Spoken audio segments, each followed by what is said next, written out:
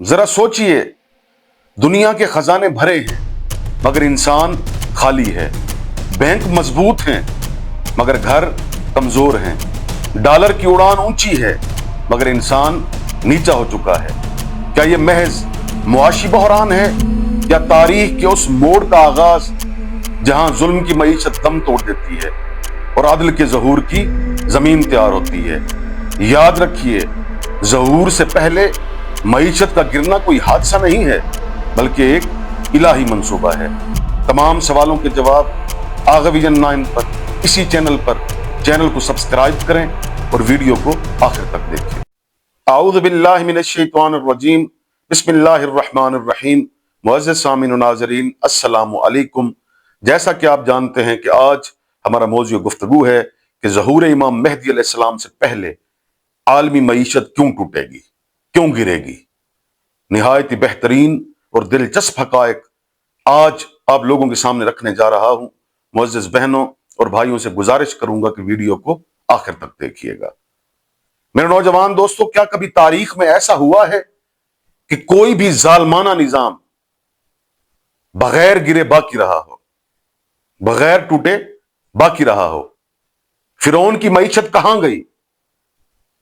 Case و کسرا کے خزانے کہاں دفن ہو گئے؟ سوویت یونین کی سپر اکانومی کہاں بکھر گئی؟ ہر دور میں ایک اصول ثابت ہوا، ایک اصول سامنے آیا کہ جب بھی سرمایہ دارانہ نظام، معاشی نظام کسی ایک خاندان کا محتاج ہوا، کسی ایک خاندان میں رہا، تو وہ نظام لازمی ٹوٹے گا۔ یہ الہی منصوبہ ہے۔ میرے نوجوان دوستو، آج کی عالمی معیشت سود پر کھڑی ہے، ذخیرہ اندوزی پر زندہ ہے اور استحصالی نظام پر پل رہی ہے۔ ایسی معیشت انسانوں کے لیے نہیں ہے بلکہ انسان سے بنی ہے، اور یہی اس کے زوال کی سب سے بڑی وجہ ہے۔ دیکھیے، نظام چاہے معاشی ہو یا پھر معاشرتی، جب بھی انسان خود بنائے گا وہ ضرور زوال کا شکار ہوگا۔ میرے نوجوان دوستو، امام مہدی علیہ السلام کے ظہور سے پہلے عالمی معیشت کا کیا حال ہوگا، بہت سے حقائق آپ لوگوں کے سامنے بیان ہونے جا رہے ہیں۔ معزز سامعین، اس لیے پروردگار عالم نے سورہ نحل میں ارشاد فرمایا، بسم اللہ الرحمن الرحیم، وما ظلمناہم ولکن کانوا انفسہم یظلمون۔ پروردگار عالم ارشاد فرماتا ہے کہ ہم نے ان پر ظلم نہیں کیا، ہم نے انسانیت پر ظلم نہیں کیا، بلکہ یہ خود اپنے آپ پر ظلم کرتے رہے۔ میرے نوجوان دوستو، میرا ایک جملہ یاد رکھیے گا، جب معیشت محنت کرنے والوں کو دباتی ہے، مزدور کو دباتی ہے، حلال کمانے والوں کو دباتی ہے، اور ظالمین اور سود کھانے والوں کو طاقت دیتی ہے، تو پھر یہ معیشت ظلم بن جاتی ہے۔ اور میرا ایک جملہ یاد رکھیے گا، مولا علی علیہ السلام فرماتے ہیں کہ ظلم چل تو سکتا ہے مگر ظلم باقی نہیں رہ سکتا۔ معزز سامعین، پروردگار عالم سورہ بقرہ میں ارشاد فرماتا ہے، بسم اللہ الرحمن الرحیم، یمحق اللہ الربا ویربی الصدقات۔ پروردگار عالم واضح اعلان کرتا ہے کہ اللہ سود کو مٹا دیتا ہے اور صدقات کو بڑھاتا ہے۔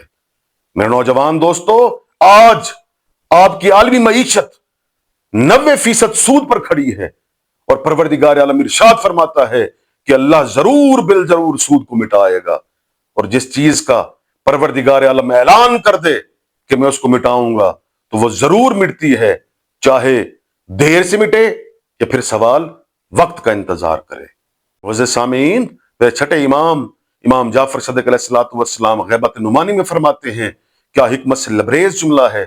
میرے امام فرماتے ہیں، یاتی علی الناس زمان لا یبق من المال الا اسمہ۔ میرے چھٹے امام فرماتے ہیں کہ لوگوں پر ایک ایسا زمانہ آئے گا جب مال کا صرف نام رہ جائے گا۔ مطلب کہنے کا مطلب کیا ہے؟ پیسہ ہوگا مگر برکت نہیں ہوگی، تنخواہ ہوگی مگر سکون نہیں ہوگا۔ اس لیے امیر کائنات، امیر المومنین علی ابن ابی طالب علیہ السلام نہج البلاغہ میں فرماتے ہیں، ما جاء فقیر الا بما متع به غنی۔ امیر کائنات فرماتے ہیں کوئی فقیر بھوکا نہیں ہوتا مگر اس وجہ سے کہ ایک امیر عیش کر رہا ہوتا ہے. اللہ اکبر، اللہ اکبر. یعنی فقیری اس وقت آتی ہے جب امراء عیش کرتے ہیں. میرے نوجوان دوستو، امیر کائنات امیر المومنین علی ابن ابی طالب علیہ السلام کا یہ جملہ سرمایہ دارانہ نظام کی موت کا سرٹیفکیٹ ہے.